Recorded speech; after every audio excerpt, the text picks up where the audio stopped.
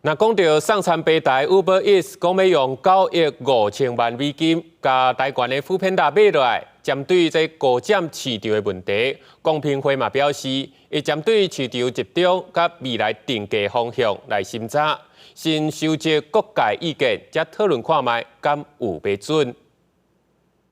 国内两大外送平台 Uber Eats 甲富片达对外宣布变故了后，各界伫关心两个外送平台占台湾外送市场的80%以上，万一合并案通过，敢会有市场独占的问题咧？这是立法院质询的焦点。餐饮业者的权益呢？餐饮业者的权益、消费者权益，还有外送员这些权益，都是并购方将来的交易相对人，所以这些权益我们都会通盘来考量。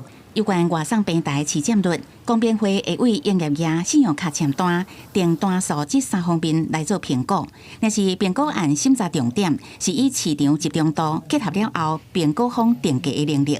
合并案协同效果，也就是联合行为加市场效益这4个面向做通盘审查。因为这届是关系到消费者、餐饮业者也甲外送员因的生活权益问题。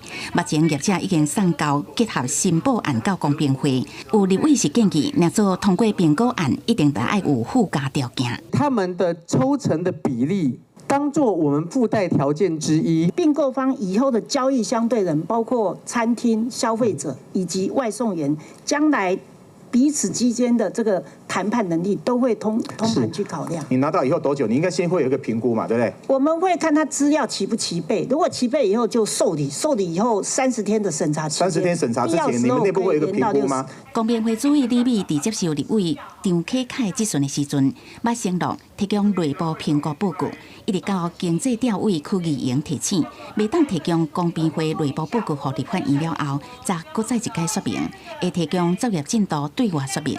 按过无评估报告，所来原来会搁开公听会来听各界意见，再做评估。记者综合报道。